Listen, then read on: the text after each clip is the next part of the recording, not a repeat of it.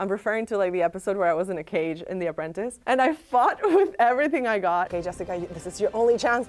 And I go and I lift her up with everything that I got, and then I went, yeah.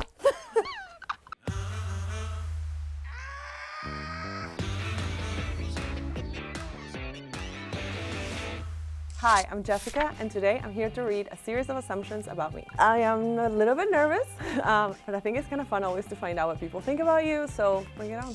First up, Jessica Ramella has been an overachiever and a perfectionist since young. She hates procrastinating. Actually, I was a terrible student when I was young, like before 13.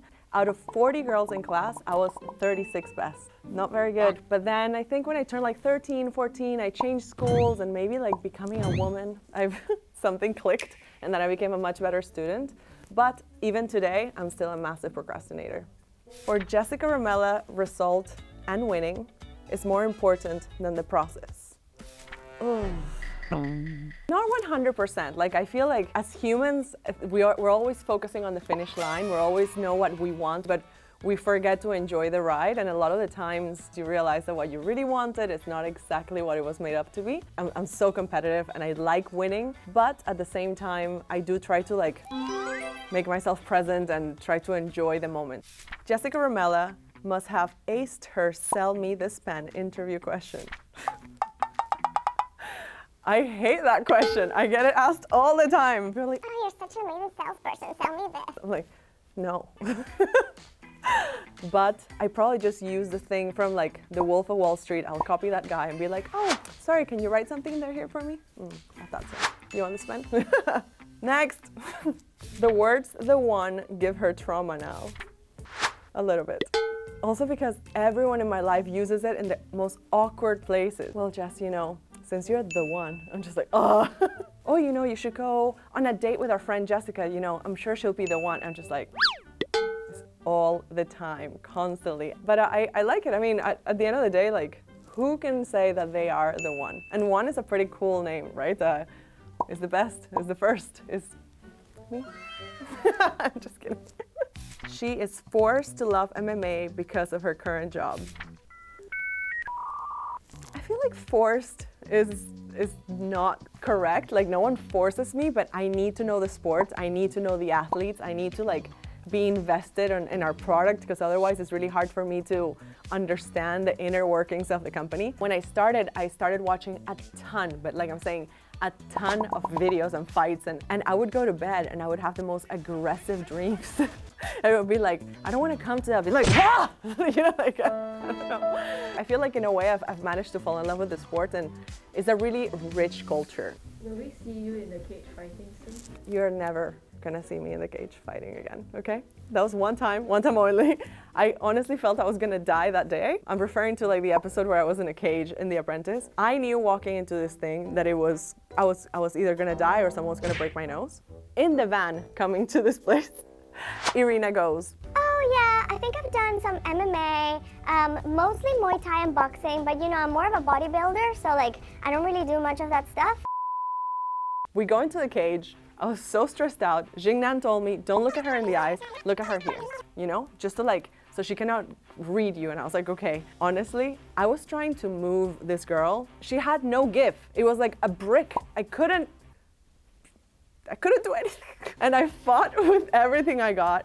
I lost a toenail in the cage thing. I've never told this story, but I'm gonna tell you. So at some point, she is in the floor, I'm on top of her and she has her legs around me and I know that if I manage to like lift her up, so I have her like this and I'm just gonna body slam her down. This is, you know, this is like the moment of lucidity that I have. Like I don't remember those 5 minutes except this moment, okay? And I'm trying to lift her up and I go like, nah!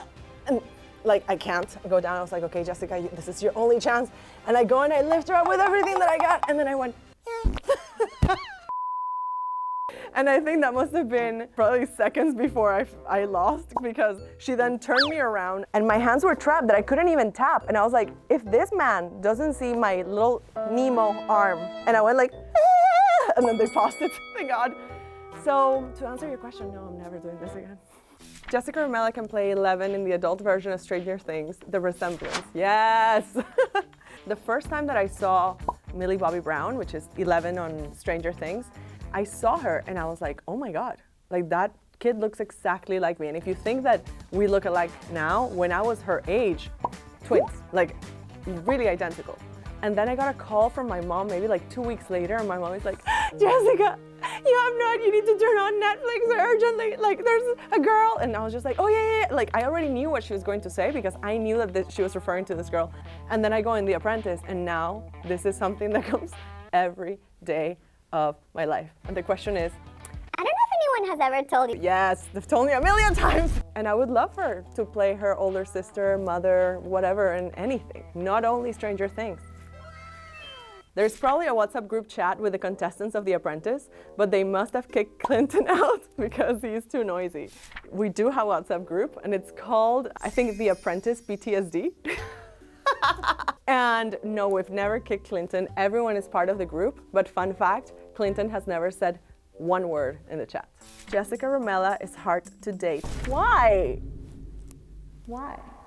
Look. Fun fact, I've never been on a first date that I don't get asked on a second date. Dating me or like being in a relationship with me, I feel like can be a little bit hard. I'm high maintenance. I'm also very independent, so I can maintain myself. I don't need anyone to maintain me, but at the same time, I have certain expectations. I feel like, let's say I'm an 8, and I don't mean physically, I mean like as an overall, score, 8 points. I don't want anyone to bring me down, You meet me at my 8 or you help me elevate to the 10, but like I don't want anyone to be lowering my score to a 6 or to a 5. I also know my worth, I know what I want, and I feel like in that sense, maybe I come across maybe too like intimidating. Come on, I'm actually really nice. I think I'm fun, and I think I'm great to date. Also, I put a lot of effort, and I think that's it. We're done. Okay, oh my God, that was so easy, thank God. I thought they were gonna go deep. Don't judge the book by the cover, okay? Thank you for watching this episode of Assumptions About Me. If you like what you watch, make sure that you like, subscribe, and leave a comment down below. You can also drop me a text, go into my Instagram, into my DMs, hit a girl up. And I hope to see you guys soon. Bye.